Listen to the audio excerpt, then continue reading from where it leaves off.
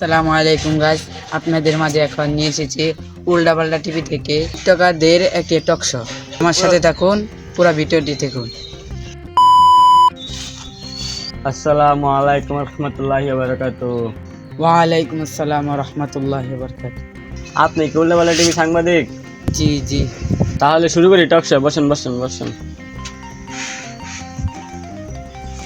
না দুইজনকে না দাওয়াত দিলাম, আরেকজন কোথায়? হ্যাঁ, আমরা দুইজন। আমি হলাম প্রিন্স আমিনুল আর ওই হলো প্রিন্স মামিনুল। মামিনুল কোথায়, এখন কি করে? আরে মামিনুল বেন কই টিকটক করতেছে, ওর তো কামই এইটা।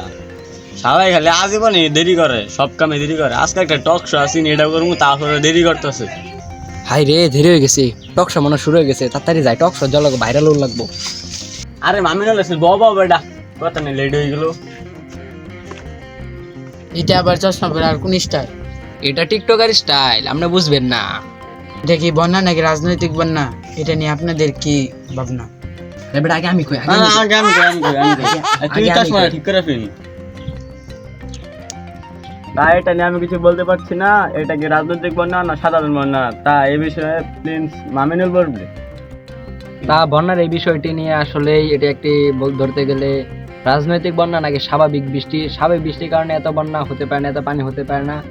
এই বিষয়টি নিয়ে আসলে আমার যতটুকু চিন্তাধারা আমি সবকিছু আপনাকে এখন বলতে যাচ্ছি।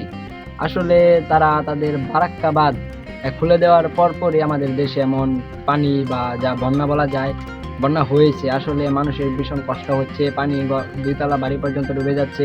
আসলে এই কাজগুলো ঠিক না। তো এখন প্রিন্স মামিনুল কাছ থেকে শুনলাম, এখন প্রিন্স আমিনুল কাছ থেকে শুনবো আপনার কি মন্তব্য।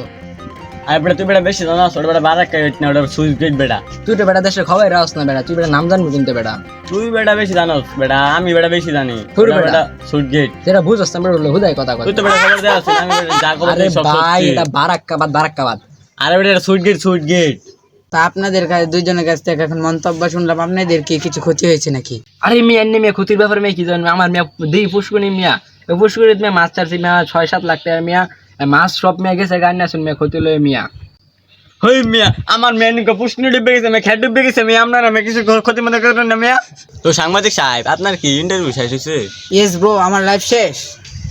তো গাইস, ভিডিও যদি ভালো লাগে আমাদের চ্যানেলটিকে লাইক সাবস্ক্রাইব করে দিবেন, আমাদের পাশে থাকবেন। ধন্যবাদ।